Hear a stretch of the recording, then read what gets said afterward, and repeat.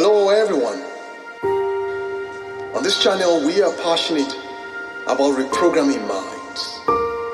We want to cause a stirring in human minds and human hearts to pursue their purpose passionately, to pursue what God has placed in their hands within the time that they have. I tell you what, we all have a limited time. We all have a limited time in this cosmos. So the question is, how do you identify opportunities and how do you take advantage of them? That's the question. So, but I'm going to leave you with a few things. And the first one is planning. You see, planning regulates time and change. There are two constants in life, and there's time and there's change. Change will always take place. As a matter of fact, on a daily basis, actually every second that we spend in this cosmos, our cell will age. So what it means, biologically speaking, is that when you wake up every morning, just know that the currency that you have called time depletes. As the world rotates around the sun, your cells age. As the world rotates around the sun, your cells age. And that's why we are mortals. So that's just one simple illustration of change. It always takes place. So the other issue is time. Time, there's going to be mornings, there's going to be evenings, there's going to be summer, there's going to be winter, there's going to be autumn, there's going to be spring. In Africa, in West Africa, they have Harmattan, there's going to be rainy season, there's going to be dry season. If you don't plan, then you plan to fail. It's just like in spring, as a time to plant. By the time winter comes, if you do not plan ahead of winter, then you're probably going to be stranded. So planning regulates time and change. And here is what planning does for you. Planning makes you get ready. Planning prepares you for change. Planning prepares you for opportunities. I tell you what, opportunities disguise in problems, in change, in distractions, in confusion, in challenges, in calamity. You can name them. But the question is, how do you identify that this is an opportunity? How do you take advantage of them as well as they come your way? You have to plan. You have to plan. You have to plan. So the other thing that you have to do is to be able to discern. And for you to discern, you have to walk through life with the lens of God. If you walk with God and you walk with the Son and you walk with Jesus, because He is light, and then you begin to have light. So the more you go deeper with Him in your relationship, He reveals His heart to you, He reveals His heart to you, He reveals His mind to you, and then you are able to see what it is that you should do in every situation. Because sometimes the opportunity may be, wow, this is a big traffic that I'm experiencing right now. I'm on the road, I'm experiencing traffic. Boom, there's an opportunity there. God might be telling you, how can you solve this problem? Sometimes you might not be directly the one that will solve that problem. It might be someone who is an expert in that area. But I tell you what, every day there are opportunities. But it can only multiply when we seize them. Every day there are opportunities. And opportunity comes in different forms.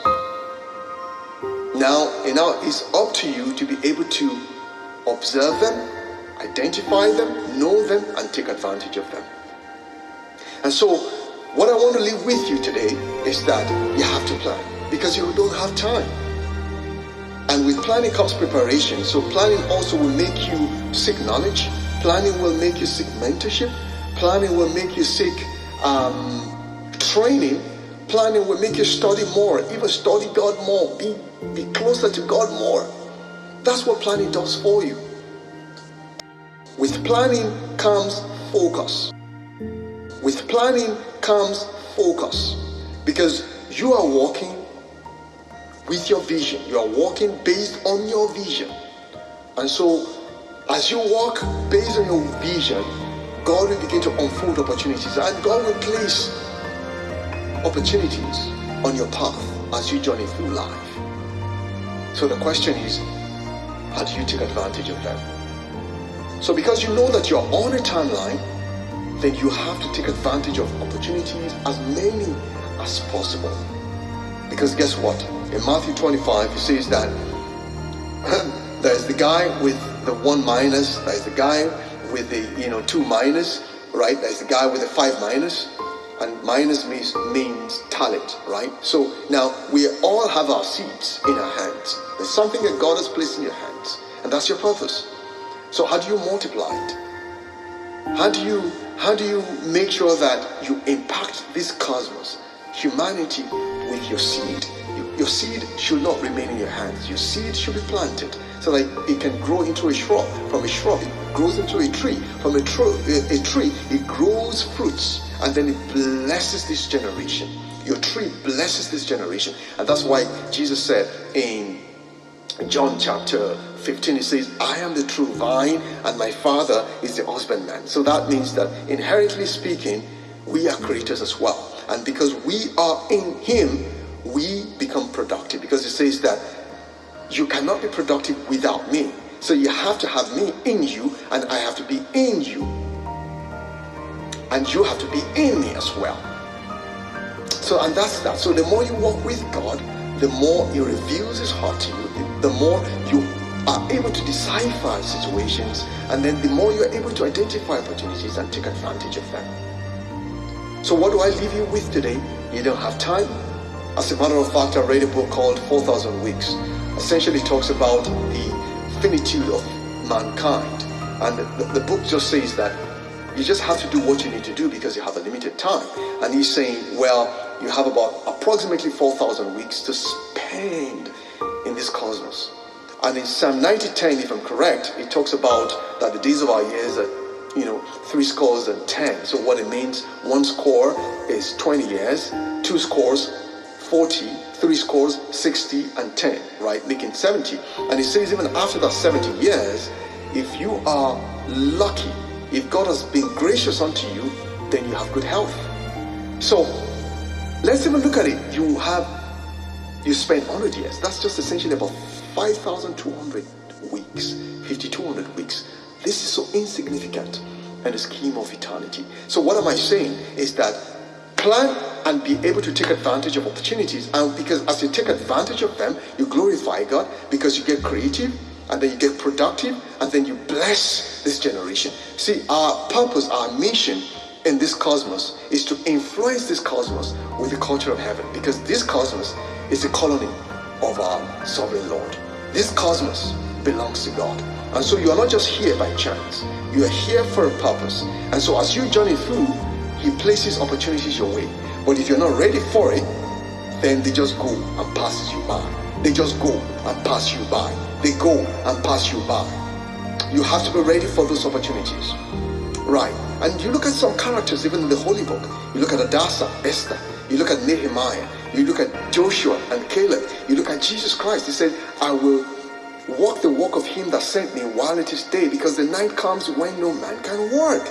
So that means that Jesus even knew while He was walking the surface of this earth, while He was walking through this earth, that His time is limited. So He wasn't ready for distractions. He was focused on His mission to save the world, to die for you and me, right?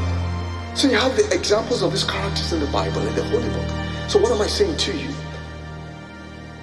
Walk with your vision, and with your vision, you are able to identify opportunities as they come through planning, and then you glorify God in the process.